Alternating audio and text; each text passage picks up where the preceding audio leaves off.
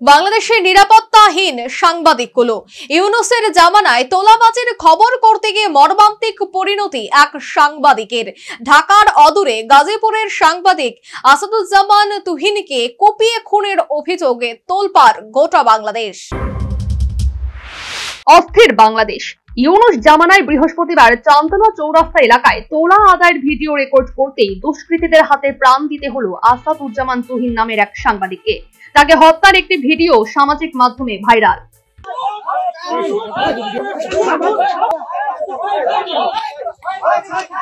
নিহত সাংবাদিক আসাদুজ্জামান তুহিনের বয়স 38 বছর। তার বাড়ি ময়মনসিংহ জেলার ফুলবাড়িয়া উপজেলার ভাটিপাড়া গ্রামে। দৈনিক প্রতিদিন নামে সংবাদপত্রের গাজীপুরের সাংবাদিক হিসেবে কাজ করতেন তুহিন। বৃহস্পতিবার চান্দনা চৌরাস্তা এলাকায় দুষ্কৃতীদের তোলা আদায়ের ভিডিও রেকর্ডিং করেছিলেন তিনি। এরপরই 5-6 জন দুর্বৃত্ত বৃহস্পতিবার রাত 8:30 নাগাদ চান্দনা চৌরাস্তা এলাকায় তাকে ধারালো অস্ত্র নিয়ে ধাওয়া করে। তুহিন দৌড়ে ঈদগাহ মার্কেটের একটি চায়ের দোকানে আশ্রয় নেন। পরে দুষ্কৃতীরা তাকে দোকানের ভিতরে ঢুকে এলো পাথারি কোপাতে থাকে। উপর্যুপরি কোপানোয় তুহিনের মৃত্যু হলে দুষ্কৃতীরা ঘটনাস্থল থেকে পালিয়ে যায়। সাংবাদিক তুহিনকে ওই সময় অনেক লোক তাকিয়ে দেখেছে, কিন্তু কেউ বাঁচাতে আসেনি। খবর পেয়ে পুলিশ নিহত সাংবাদিকের লাশ উদ্ধার করে ময়না তদন্তের জন্য গাজীপুর শহীদ তাজউদ্দিন আহমেদ মেডিকেল কলেজের মর্গে পাঠিয়েছে।